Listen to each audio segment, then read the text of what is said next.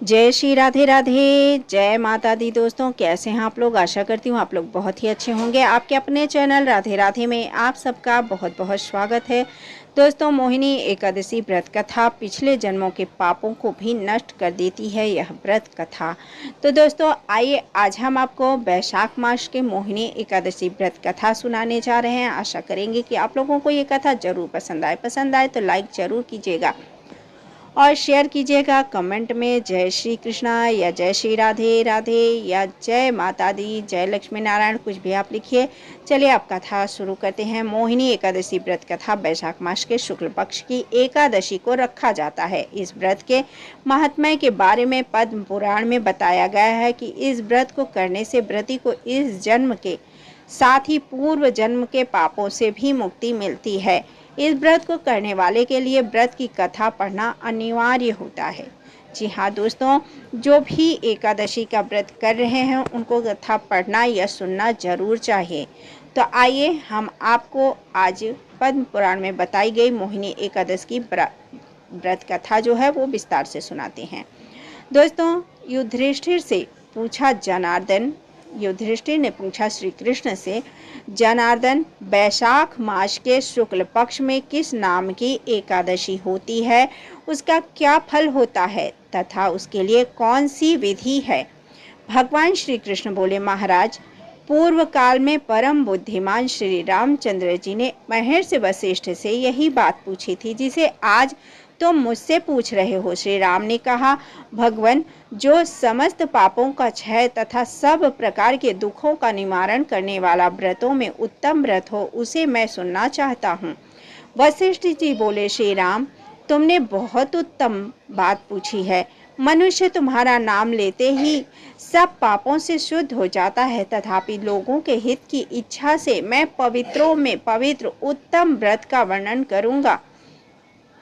वैशाख मास के शुक्ल पक्ष में जो एकादशी आती है उसका नाम मोहिनी है। वह सब पापों को हरने वाली और उत्तम है। उसके व्रत के प्रभाव से मनुष्य मोहजाल तथा पातक समूह से छुटकारा पा जाता है। सरस्वती नदी के रमणीय तट पर भद्रवती नाम की सुंदर नगरी है। वह श्रुतिमान नामक राजा जो चंद्रवंश में उत्पन्न हुए थे राज करते थे। उसी नगर में एक वैश्य रहता था जो धान्य से परिपूर्ण और समृद्धशाली था। उसका नाम था धनपाल। वह सदा पुण्य कार्य में ही लगा रहता था। दूसरों के लिए पोषला, कुआं, मठ, बगीचा, पोखरा और घर बनवाया करता था। भगवान श्री हरि विष्णु को भक्ति में उसका हार्दिक अनुराग था। वह सदा शांत रहता था। उसके 5 पुत्र थे, सुमन, धृतिमान, मेधवी, श्रुतकीर्ति तथा धृष्टबुद्धि। धृष्टबुद्धि 5वां था। वह सदा बड़े बड़े पापों में ही लिप्त रहता था। जुए आदि दुर्व्यसनों में उसकी बड़ी आसक्ति थी। वह वैश्याओं से मिलने के लिए लालायित रहता था। उसकी बुद्धि न तो देवताओं के पूजन में लगती थी और न पितरों तथा ब्राह्मणों के सत्कार में। वह दुष्ट आत्मा अन्याय के मार्ग पर चलकर पिता का धन बर्बाद किया करता था। एक दिन वह वैश्य के गले में बांह डाले चौराहे पर घूमता रहा गया। तब पिता ने उसे देखा, घर से निकाल दिया तथा बंधु बांधवों से भी उसका परित्याग करवा दिया। अब वह दिन रात दुख और शोक में डूबा रहता, कष्ट पर कष्ट उठाता, इधर उधर भटकने लगा। एक दिन किसी पुण्य के उदय होने से वह महर्षि कौंडिन्य के आश्रम पर जा पहुंचा। वैशाख का महीना था। तपोधन कौंडिन्य गंगा जी में स्नान करके आए थे। धृष्ट बुद्धि शोक के भार से पीड़ित हो मुनिवर कौंडिन्य के पास गया और हाथ जोड़कर सामने खड़ा होकर बोला, ब्राह्मण द्विज श्रेष्ठ, मुझ पर दया करके कोई ऐसा व्रत बताइए जिसके पुण्य के प्रभाव से मेरी मुक्ति हो जाए। कौंडिन्य बोले, वैशाख के शुक्ल पक्ष में मोहिनी नाम से प्रसिद्ध एकादशी का व्रत करो। मोहिनी को उपवास करने पर प्राणियों के अनेक जन्मों के किए हुए मेरु पर्वत जैसे महापाप भी नष्ट हो जाते हैं। वशिष्ठ जी कहते हैं, श्री रामचंद्र जी, मुनि का यह वचन सुनकर धृष्ट बुद्धि का चित्त प्रसन्न हो गया।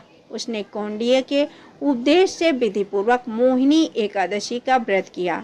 नृपश्रेष्ठ, इस व्रत के कारण से वह निष्पाप हो गया और दिव्य देह धारण कर गरुड़ पर आरूढ़ हो सब प्रकार के उपद्रवों से रहित श्री विष्णु धाम को चला गया। इस प्रकार यह मोहिनी का व्रत बहुत उत्तम है। इसके पढ़ने और सुनने से सहस्त्र गोदान का फल मिलता है। दोस्तों, ये तो थी कथा भगवान श्री हरि विष्णु की मोहिनी अवतार की। दोस्तों, अगर आप लोगों को ये कथा पसंद आए तो लाइक कीजिए, शेयर कीजिए और सब्सक्राइब कर लीजिए राधे राधे चैनल को, क्योंकि इस वीडियो में इस चैनल पे हम आपको सिर्फ कथा सुनाते हैं और समय बताते हैं कि कब क्या है। तिथि के बारे में आपको जानकारी देते रहते हैं। अगर आप लोग अपना राशि फल जानना चाहते हैं, पंचांग देखना चाहते हैं तो सुबह लाइव वीडियो में मैं चलाती हूँ, आप लोग ज़रूर देखिए। यदि आप लोगों को कोई जानकारी चाहिए तो आप कमेंट करके पूछ सकते हैं। जय लक्ष्मी नारायण।